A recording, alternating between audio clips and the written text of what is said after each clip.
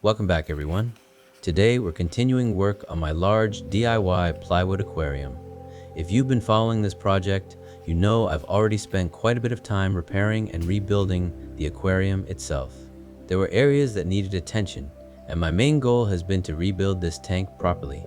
So hopefully I won't have to go through another major repair like this for a very long time. Now that a lot of that work is behind me, we're moving on to something completely different. We're going to start building the filtration system. For this aquarium, I've decided to build a large overhead sump filter. Instead of having a traditional sump underneath the aquarium, my sump is going to sit above the tank on its own wooden support structure. The basic idea is pretty simple. A water pump will take water from the aquarium and pump it upward into the overhead sump filter. The water will then travel through the filtration system, and after it's filtered, gravity will carry the water back down into the aquarium. So the pump is responsible for moving the water up. Gravity brings it back down. And because I'm building the sump myself, I can design the entire system specifically for this aquarium instead of trying to make a commercially available filter fit my setup. But before I can build all of that, I need somewhere strong enough to put it. That's what we're working on today. One of the first questions people might have is, why put the sump above the aquarium? Most large aquarium systems have the sump underneath the tank. There's absolutely nothing wrong with that design. In fact, that's probably the most common way of doing it. But this aquarium is a little different. This is a very large plywood aquarium that's already permanently located inside my house. I don't have a convenient aquarium cabinet underneath it where I can install a huge sump. And because of the way everything was originally built, putting a large filtration system underneath the aquarium would create some additional problems for me. But there's one area that I do have available. All of this space above the aquarium. So instead of trying to force a conventional sump underneath the tank, I decided to take advantage of that unused space. That's where the idea for the overhead sump filter came from. Water will be pumped from the aquarium up into the filter, and then the return side becomes very simple because gravity can bring the water right back into the aquarium. Another advantage is accessibility. With an overhead sump, I won't have to crawl underneath this giant aquarium every time I want to inspect or clean the filter. The filtration system will be up here where I can actually see what's happening, but there's obviously one major consideration. Weight. Once you start putting water above an aquarium, you have to think seriously about how much weight you're dealing with. Water weighs a little over 8 pounds per gallon, and that's just the water. You also have the weight of the plywood sump itself, the plumbing, filtration media, and anything else I decide to put inside. So this overhead sump filter cannot simply sit on a couple of small pieces of lumber. I want a dedicated structure supporting it. That's what you're watching me build here. I'm basically creating a wooden framework around the aquarium that will eventually support a large platform above the tank. And I'm trying to make the structure independent enough that I'm not simply dumping all of the additional weight directly onto the aquarium. The aquarium already has one job: hold hundreds of gallons of water. I don't want to unnecessarily ask the aquarium itself to support the filtration system too, so I'm creating a separate framework around it. At this stage, I'm positioning the vertical posts and figuring out exactly where everything needs to go. Nothing fancy here. Measure, check it, move it, measure again, and eventually start fastening everything together. One of the difficult parts about doing this is that the aquarium is already here. I'm not building the aquarium and filtration system together on an empty floor. I'm working around a giant tank that's already sitting in the room. So I have to build everything around it. That makes some of these steps a little awkward. There are places where I don't have much room to stand. There are places where I'm reaching across the aquarium. And sometimes I have to temporarily hold a piece of lumber in position while figuring out where the next connection needs to go. You'll probably notice I'm spending quite a bit of time checking things before I permanently attach them. That's intentional. Once the structure is finished, I need the sump to fit properly. I need room for plumbing. I need room to access the filter. And I still need access to the aquarium itself. I don't want to build this beautiful overhead filtration system and then realize I can't reach inside the aquarium anymore. That's why I'm trying to leave enough working space between the aquarium and the filtration platform. I'm basically designing the structure and the filtration system at the same time. Now I'm starting to install the longer horizontal pieces. These pieces connect the vertical posts together and establish the height of the overhead sump platform. At first, The vertical pieces are basically individual posts. But once these horizontal members start connecting everything together, the structure becomes much more rigid.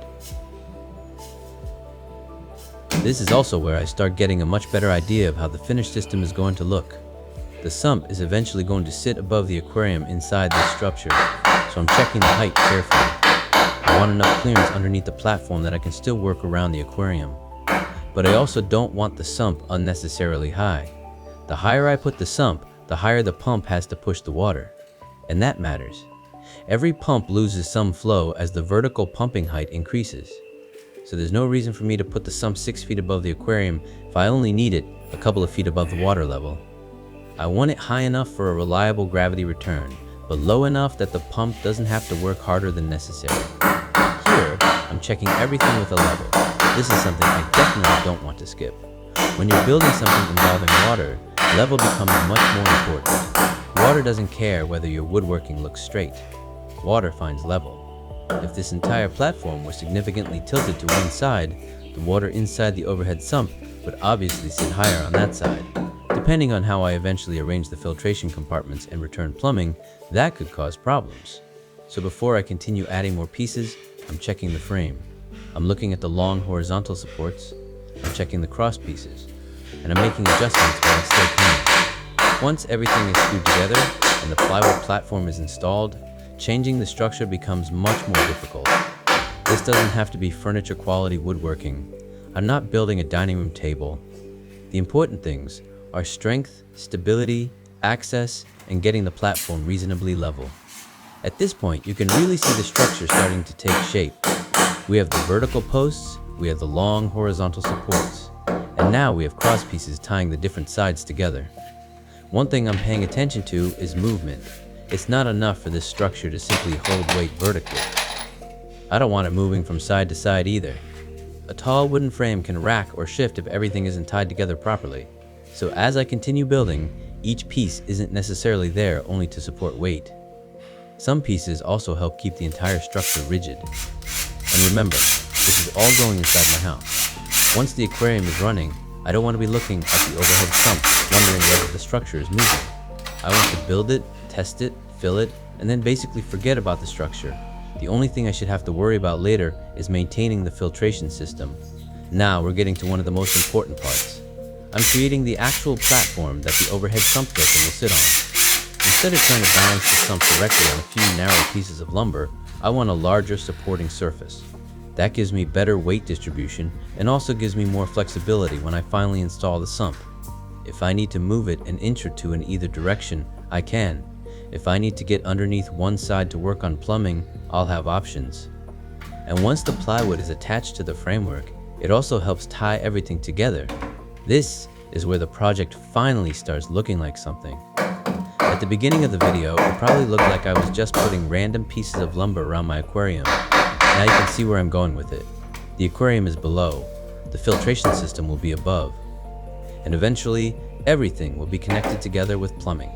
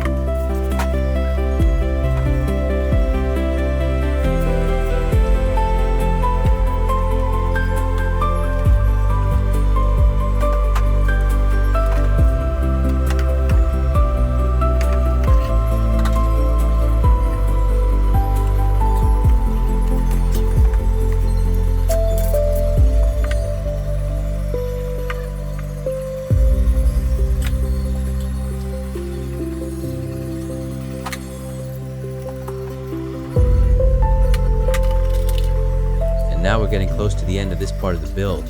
Standing back and looking at it, you can finally see the basic layout. The large aquarium sits underneath. Above it is the new wooden support structure. And this upper platform is where the overhead sump filter is going to sit. There's still finishing work to do, but the main structure is here. This is one of those stages of a project where you've spent hours measuring, cutting, and fastening lumber, and suddenly you can finally see the thing you've been imagining in your head. And now we can move on to the really interesting part, the filter itself. And that's where I'm going to stop for this episode. We've made another big step forward with the Plywood Aquarium rebuild.